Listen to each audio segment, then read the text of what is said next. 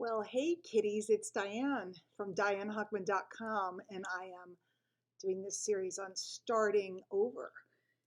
And I've been out and about and on the road a little bit for the last couple days, so I haven't done some videos actually in a little bit. Um, doing some crazy stuff, doing some restructuring. Um, when I told you I'm starting over, I'm starting over and made the decision to change some things up in the business and change some of my messaging. So it's a big deal, especially when you've been saying the same thing for many, many, many years. To change your languaging, to change your infrastructure, to change how you do stuff isn't easy because it's just a pattern you're used to. It's just like with your kids, your kids, you always talk to them a certain way, and then they get older, and the kids are like, "Mom," or "Dad," like, come on, I'm grown up, but it's just a pattern you're used to it. And even to this day, my kids are going to be 26 and 29, believe it or not, and I still can't help myself. I really have to guard myself from going into mom mode. They're full-grown adults. So, let's talk about when you decide to make a change. Let's talk about how it can be scary, or how we want to stick with what we know, and how we want to hang on to something. Most often, it's we want to hang on to something because we're making money, or we feel good, or we feel secure in that place. Like, for example, we want to hang on to our MLM, even though we're not getting our greatest opportunity there. That happened to me. Wanted to hang on to it because I was emotionally connected to it. So letting go of it was very hard, but what came after it was much, much, much bigger. Letting go of an infrastructure, letting go of people I work with. I'm not letting go of any of you guys if you're watching, but have you ever worked, like I watch people, they are trying. In fact, I came across it this weekend. They are trying so hard to love a team that is never going to take them where they need to go. And I love people. And I love people that have hopes and dreams. And I love people. But when somebody is not showing progress over a period of time, doesn't mean you can't love them, but you got to move forward. So sometimes it's letting go, not dumping. Please don't misunderstand, not dumping anybody, but letting go of believing that those folks are your path to where you want to go. And in my case, it's a bit about something I've been teaching for, I don't know, 2005, 2015, 2017 years, which now has become a commodity. It's very commonplace.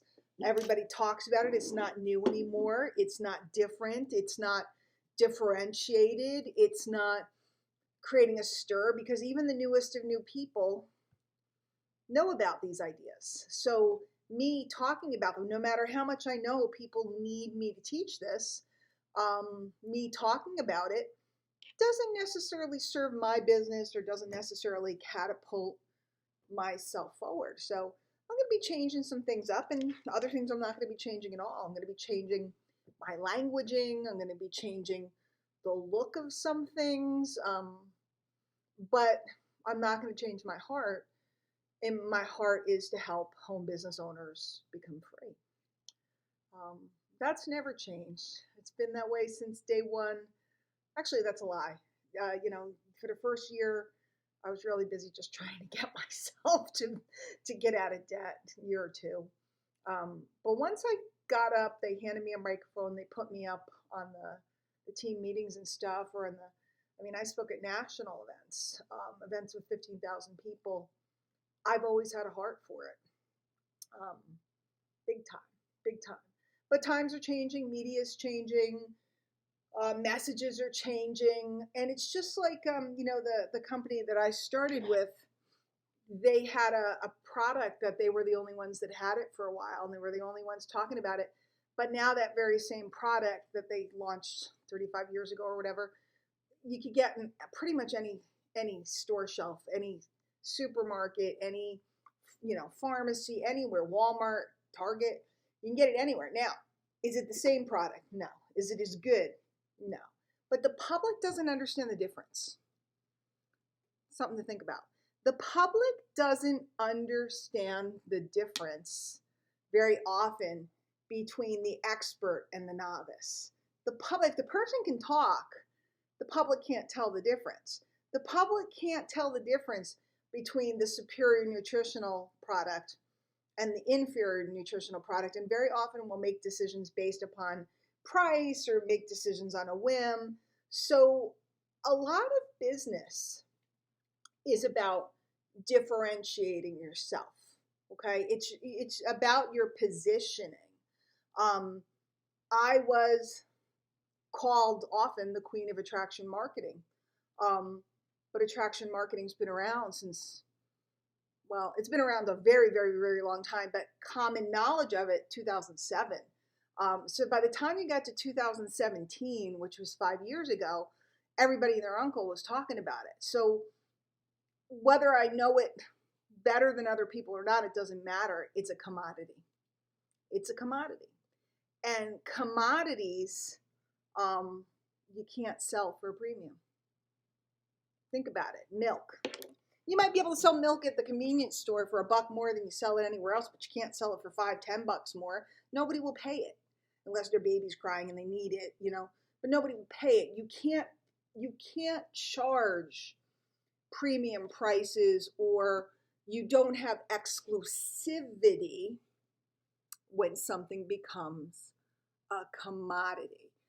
You know, look at gas. And by the way, with all respect to my foreign friends, because gas is different in other countries, but here in the States, what are you going to find? You're not going to find more than a 10-cent difference in a region.